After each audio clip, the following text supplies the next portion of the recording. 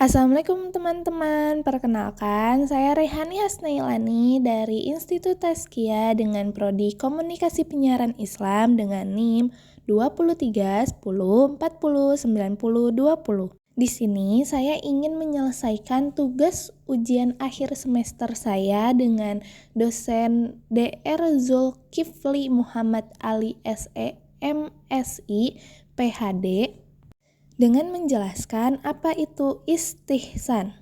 Secara etimologis, ihtisan berasal dari bahasa Arab yang kata dasarnya yaitu istihsan. Berasal dari kata kerja yaitu istahsana.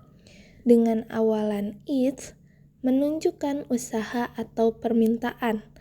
Akar kata hasana berarti baik atau bagus. Makna secara harfiah yaitu ihtisan berasal menganggap sesuatu sebagai baik atau preferensi. Nah, dalam terminologi hukum Islam fikih, istihsan adalah metode ijtihad yang dimana seorang mujtahid atau ahli hukum meninggalkan suatu hukum yang berlaku umum yang dihasilkan dari kias atau analogi umum dan memilih hukum lain yang dianggap lebih baik berdasarkan alasan tertentu yang lebih kuat, lebih adil, atau lebih bermanfaat dalam konteks tertentu. Prinsip-prinsip dasar istihsan yaitu keadilan, yang mengutamakan keadilan dan kemaslahatan dalam setiap keputusan hukum. Dan ada kontekstualisasi, yaitu mempertimbangkan konteks spesifik dan kebutuhan nyata dari situasi yang dihadapinya. Istihsan memiliki sumber hukum loh. Apa aja sih? Yaitu yang pertama Al-Quran dan hadis. Istihsan selalu mengacu pada prinsip-prinsip dasar yang terkandung dalam Al-Quran dan hadis. Nah, yang kedua berdasarkan ijma atau konsensus ulama. Preferensi juga dapat didasarkan pada konsensus para ulama jika ada. Nah, yang terakhir ada kias atau analogi hukum.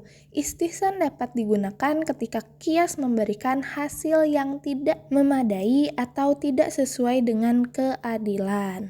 Nah, selanjutnya ada banyak jenis istihsan loh teman-teman. Yang pertama yaitu istihsan bi al-nas, yaitu preferensi berdasarkan teks nas atau Al-Quran atau hadis yang mendukung pengecualian dari hukum umum. Nah, yang kedua ada istihsan bi al-ijma, yaitu preferensi ini berdasarkan konsensus ulama yang mendukung penyimpangan dari hukum umum. Nah, yang kedua ada istihsan bi al-qiyas al-qaf. Istihsan ini berdasarkan analogi yang lebih tersembunyi atau alasan khusus yang lebih kuat daripada kias umum. Lalu yang terakhir ada istihsan bi al-darura, yaitu berdasarkan kebutuhan atau keadaan darurat yang memaksa untuk meninggalkan hukum umum demi kemaslahatan yang lebih besar. Pengaruh istihsan dalam hukum Islam yaitu yang pertama ada fleksibilitas dan dinamika, yang kedua ada keadilan dan kemanfaatan, lalu yang ketiga penanggung-jawaban kasus khusus, dan yang terakhir kontroversi. Contoh dari istihsan sendiri yaitu dalam hukum kontrak, kias mungkin menentukan bahwa semua kontrak harus memenuhi syarat tertentu untuk sah. Namun, jika penempatan syarat-syarat tersebut dalam beberapa kasus dapat menyebabkan ketidakadilan atau kerugian, istihsan bisa digunakan untuk menyatakan sahnya kontrak yang tidak memenuhi syarat tersebut jika hal itu dianggap lebih adil atau lebih menguntungkan bagi pihak-pihak yang terlibat. Lalu pandangan ulama terhadap istihsan yang pertama ada dari mazhab Hanafi.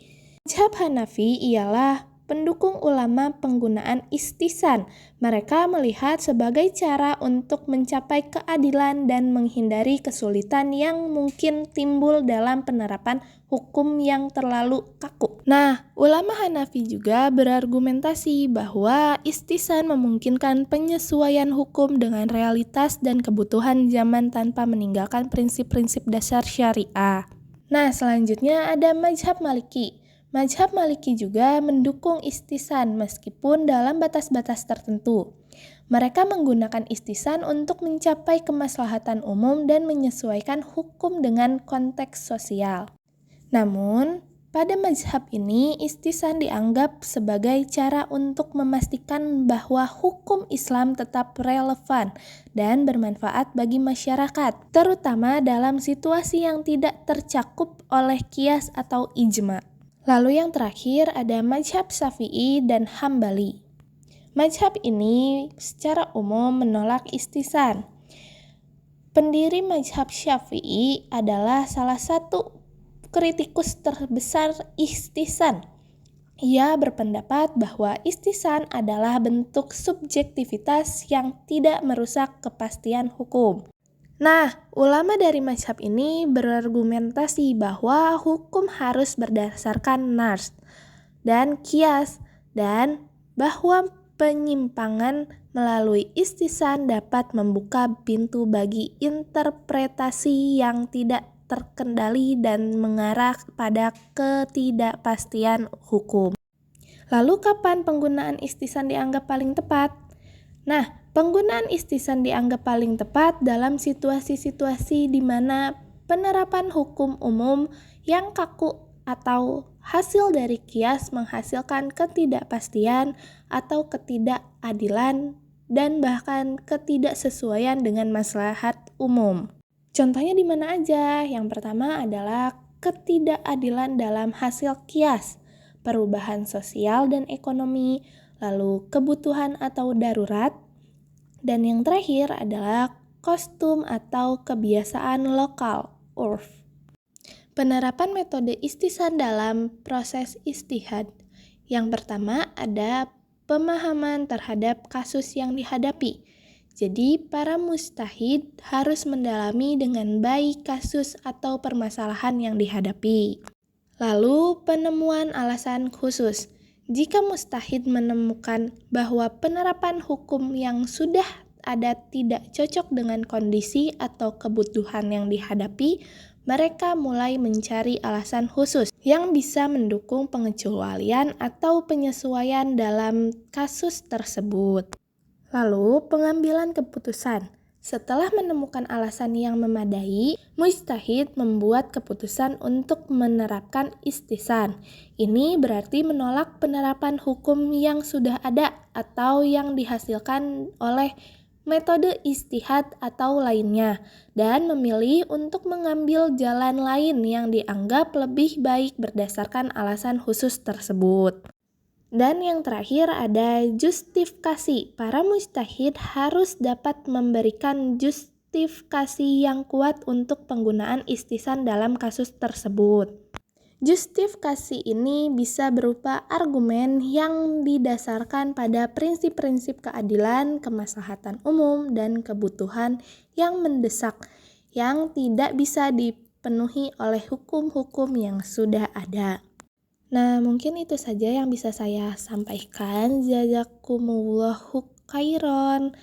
Sekian dari saya. Wassalamualaikum warahmatullahi wabarakatuh. Terima kasih semuanya.